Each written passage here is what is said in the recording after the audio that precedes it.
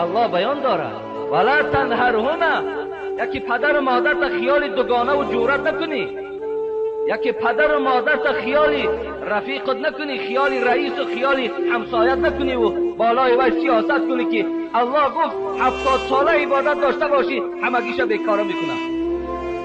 برای یک پدر و مادر ناراحت کردن، زیرا اینا از جمله کیا بودند؟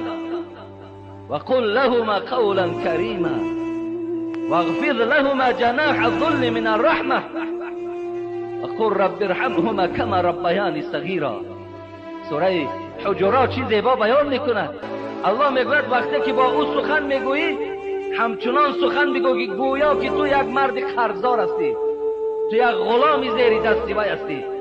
حتی سر تا بالا نکن وقتی صحبت الله میگوید. ببین تعظیم کن در پیش پدر و مادر.